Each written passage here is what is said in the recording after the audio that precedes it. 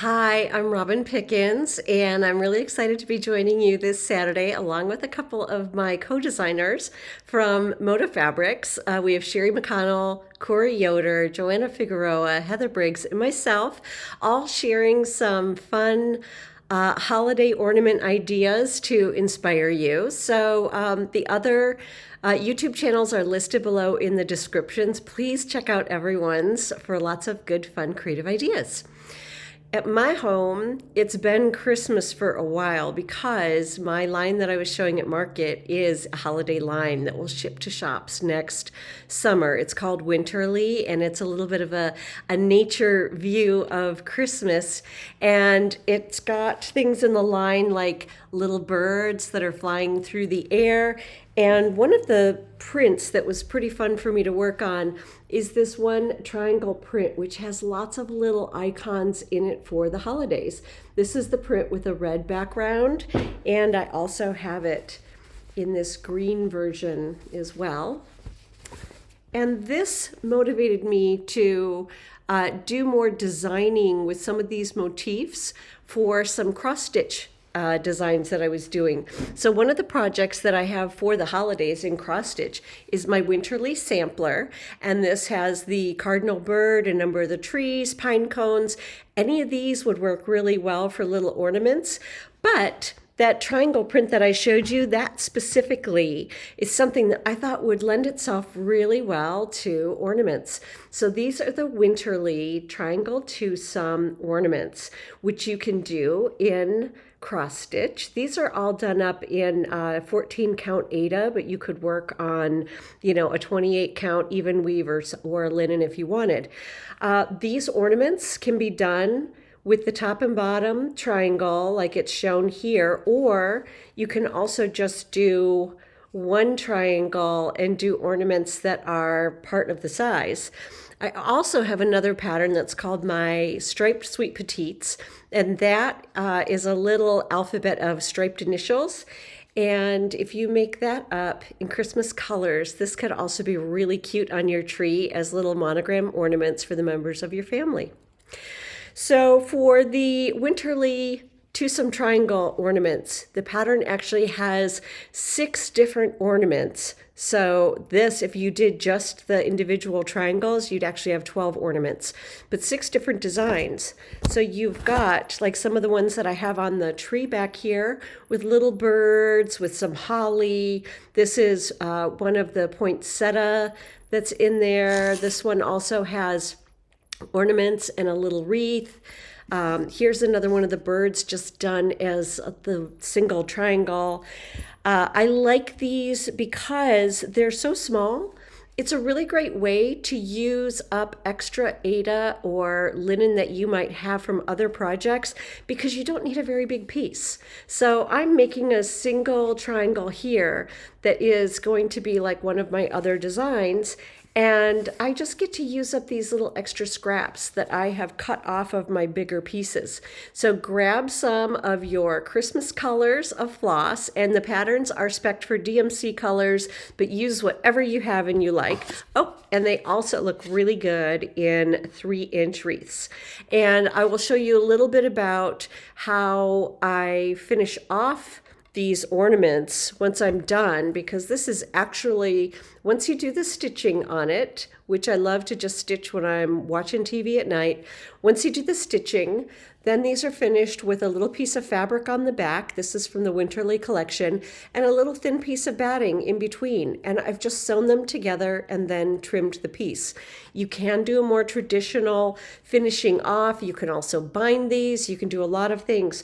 But these would look great on your tree. They're also really nice for putting as a gift tag for a special gift, over the neck of a bottle of wine for a neighbor. Lots of different gifting possibilities for you. When it comes to the stitching for the cross stitch, I usually am just stitching on a piece of Aida. I am normally not hooping it. I'm normally not putting it into a frame. I seem to do just fine holding it, and especially with these smaller size pieces, just holding the piece is usually quite fine. I am using usually either a 24 or 26 size tapestry needle. You want a tapestry needle that doesn't have a real sharp end.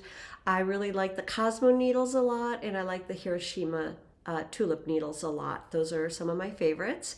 All of these patterns are using a basic cross stitch, which is just all of my stitches to one side and then coming back to another, or you can stitch them one at a time. And if you're using a variegated thread, you probably want to be doing the one at a time method. I am doing 2 strands of DMC floss. That seems to be sufficient for my coverage, and I'm using a 14 count Ada. The other thing that I like to use is the 28 count Monaco, which is also by DMC, and that's pretty nice, or any of the 28 count even weaves. But for the ornaments, it seems like the 14 count Ada has been the sweet spot for me. Okay, here I am at my sewing machine, and it's time for me to go ahead and marry my cross-stitch design that I have done, that is my diamond, to some fabric, and there's also a little thin piece of batting in between. This is sewn about, it's trimmed about 1/4 of an inch going around my sewn shape. So I'm actually sewing it at about 1/8 of an inch going around, and I'm just following the shape of the stitching that I've done. I'm going to sew this down before I cut it into the shape. I like to sew it first. So I want to have my cross stitch, and then I need a piece of batting and a piece of fabric. I happen to be using some leftover. This was from a quilt that was long-armed, and this is leftover batting and fabric that was cut off. This is from my Winterly collection, which will be shipping next summer. But I always save these ends because they're good for wrapping things up in that I need to cushion for shipping. Or in a case like this, when I have really small projects, I love these ornaments because I get to use up the little scraps.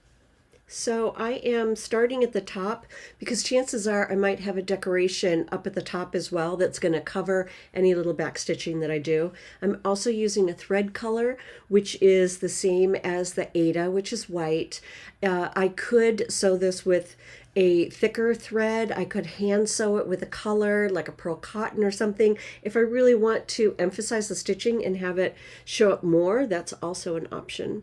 So I'm starting up here, and I'm going to do a little back stitch, and I'm doing about the same stitch length as I would normally do on my pieces. I'm a little under 2, and I am just trying to line up this little angled line right to the middle part of my foot, the side of my foot, and then I can easily see where to pivot because of this line going across.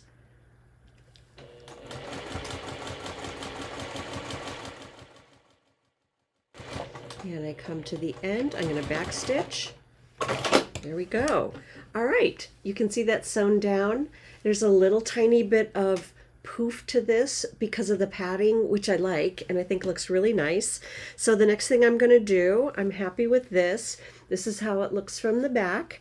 If you wanted to, you could also sew a line going across the middle. I don't think it's necessary, and I just like my thing to look kind of even and poofy all the way down. So the next thing I'm going to do is trim this. All right, it's time for me to trim.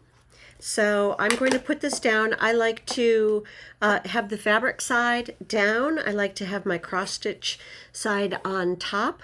And I am going to line up my ruler so that I'm about 1/4 of an inch right from the edge of the sewn part. So I'm lining up about 1/4 of an inch from there. And I'm just going to trim each one of these and move around. Again, I am going 1/4 of an inch to the cross stitch sewing. And because I only went about 1/8 of an inch on my seam on the sewing machine, I know that's going to catch the sewn part.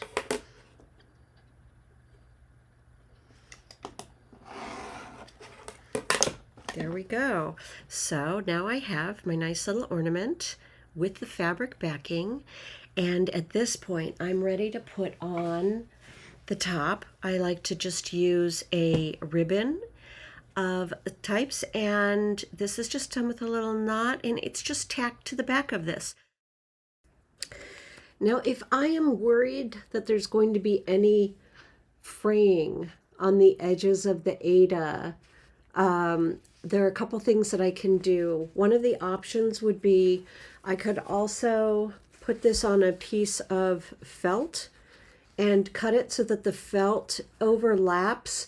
And so if anything is going to hit the side of the piece, it would be hitting the side of the felt and not the side of the Ada. That would also give me a little added decorative edge of color that could be really nice on the finishing for these. So that's one thing that I could do. Another thing I could do is I can finish these the more traditional way, where it is rolled over a shape and then I put the felt or piece of wool to the back, something like that. I also can I have my Roxanne's glue with the little dabber thing, and if I feel that this is going to have a lot of wear and tear, so if I'm gifting this to somebody as a tag on a gift and I don't really know how it's going to be used, I might want to take my dabber and just go along on this exposed edge to give it a little bit of a seal and to stop any fraying that might happen.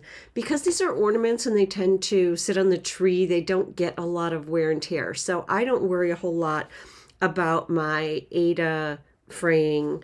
If I did, then another option would be to take and put a little bead of even just plain old Elmer's along the side, like so. And that's another good way to seal it. And I can also kind of tap down that bottom end for it to do a little finishing to secure the edges. The ornaments I just showed you were finished off with the piece of batting in the middle sewn to a piece of the winterly fabric on the back, and then a ribbon or some kind of a hanging thing added to it after. Now, what if you wanted to finish it other ways? Well, here are two where they are finished with a piece of batting underneath. It is mounted to a piece of sticky board that's cut to the shape, so it's wrapping the edges, and then this is a piece of felt on the back, and our hanging piece is just tacked to the back. And so that is a really lovely finish for it as well. You could also add other embellishments like little mini pom-poms or things right in between the two. And this one as well, we've got this lovely hanging bead. This is finished off with a red felt on the back. It's wrapped on the board. That's a great way to do it. This is another option for material. This is a perforated paper that's made by Mill Hill. This is it in white, and this is one stitched up. How cute is that? With the little tiny beads for the snowflakes on there added to it. You just stitch onto this hard kind of a cardstock paper, and then when you're done, you just trim the edges like so, and it gives you this lovely sort of lacy look to the edges. This is a great finish for something. All you had to do is add a piece of fabric to the back and you are done. So this is a great way to also finish off. And on this one, it was easier to add the little hanging piece right to the inside. But the perforated paper is a great way to do ornaments. So my little cross stitch ornaments are done. I hope you enjoyed them. I still have time to stitch a few extras, maybe to give off to some special people. And I hope that you will get around and watch Sherri, Corey, Joanna, and Heather's YouTube videos today about their ornament ideas. And I hope that you have a wonderful, creative holiday. Please like the video, consider following the channel, and thanks so much for being here today. Bye.